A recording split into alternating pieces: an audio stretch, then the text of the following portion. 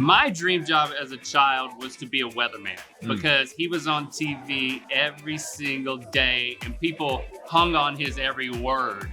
That's power. And look at me now.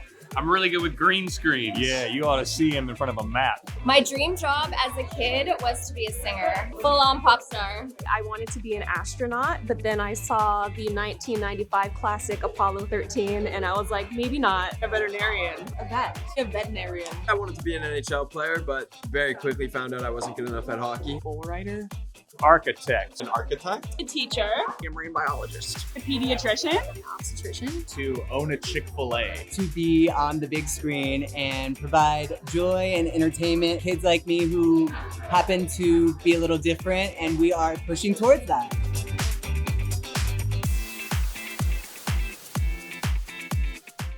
If I had to describe what I did to my grandparents, I'd say I'm on the internet, and then I'd have to show them the app because they would not understand. I make fun of awful men on the internet. And then old people typically go, they pay you to do that? And then I go, yep. And that's where it ends. My first post on social media, if you would believe it, was on twitter.gov. And my username was JBLovaForever, Justin Bieber, by the way. It had to be MySpace. And I don't think we were thinking of it as social media at the time. It must have been, I was doing photo booth when I was like 9 or 10. And I would upload early videos of me doing impressions of celebrities onto YouTube.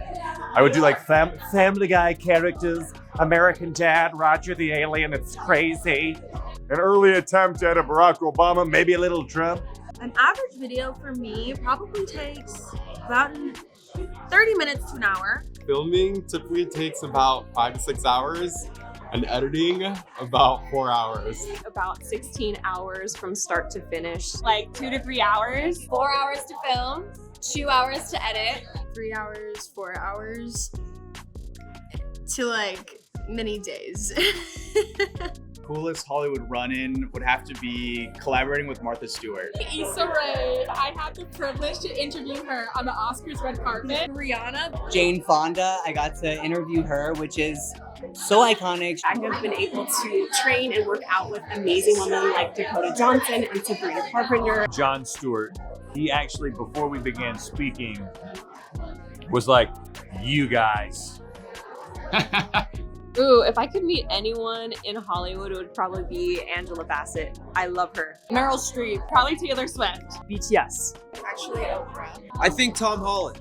Adam Sandler, and I would want to be dressed like Adam Sandler running into him because I most of the time am. I think one of the biggest misconceptions people have about content creators is that we make it look so easy and we don't really do anything, but it actually takes a lot of work. We're like wearing so many different hats. There's a lot of work that goes behind the scenes in terms of like the creative process, the editing, And planning and brainstorming. And it takes a lot more creative juice. A misconception that most people have about content creators is that they're dumb. Like they're vapid and they just post like naked photo or like photos in their underwear for a living, but actually most creators that are successful are really smart business people. One piece of advice I'd give to my younger self is to be patient. Okay, when I was younger, I was not patient and I was in a rush to get to where I'm at now. And now that I'm here, I'm like, I should have been taking my time. I would tell her to keep on pushing, do what makes you happy. Follow what you love. Soak it all up, be in the moment, appreciate what you have in the moment. We knew each other since first grade, so we were constantly giving each other advice. Like, we're great. We can do stuff. Let's cut our hands and sign a blood oath that says we're gonna do something big together one day. Do I read my comments? No. Just kidding, yes, I do. Don't hurt my feelings.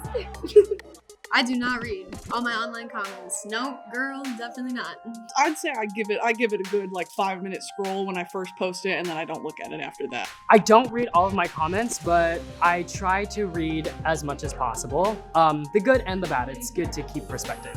I just kind of like to get my feelings hurt a little bit, but also transparently, I kind of see it as a gauge. Like that's my one way that I get to really communicate with my communities. I do read my comments and I love everybody who is very supportive. And to the haters, thanks for the comments because you keep the algorithm going.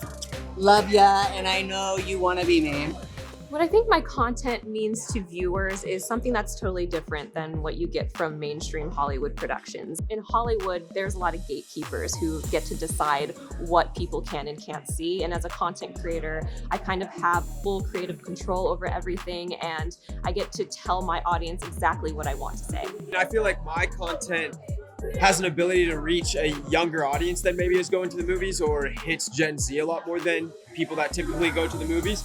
But I think the goal with my content is really to bridge the gap between social and traditional media and be able to create high production value content that you would typically see on a streaming service or in the movies and have that live on TikTok. Hollywood is slowly becoming more comfortable with content creators.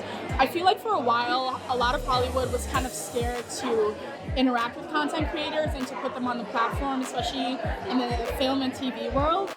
To be honest, I do think we have a chip on our shoulder.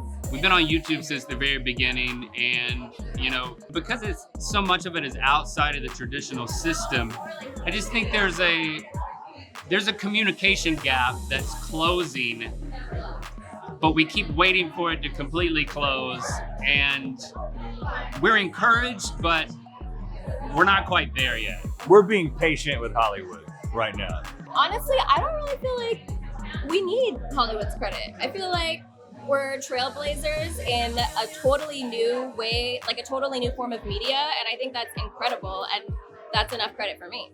I think that Hollywood is starting to warm up to including influencers in a lot of, whether it's movements, events, things of that nature. I think we're moving in the right direction.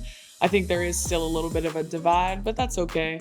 I think if we just continue going, there's just no way to stop it at this point. Unfortunately, we're all here, so you might as well start including us.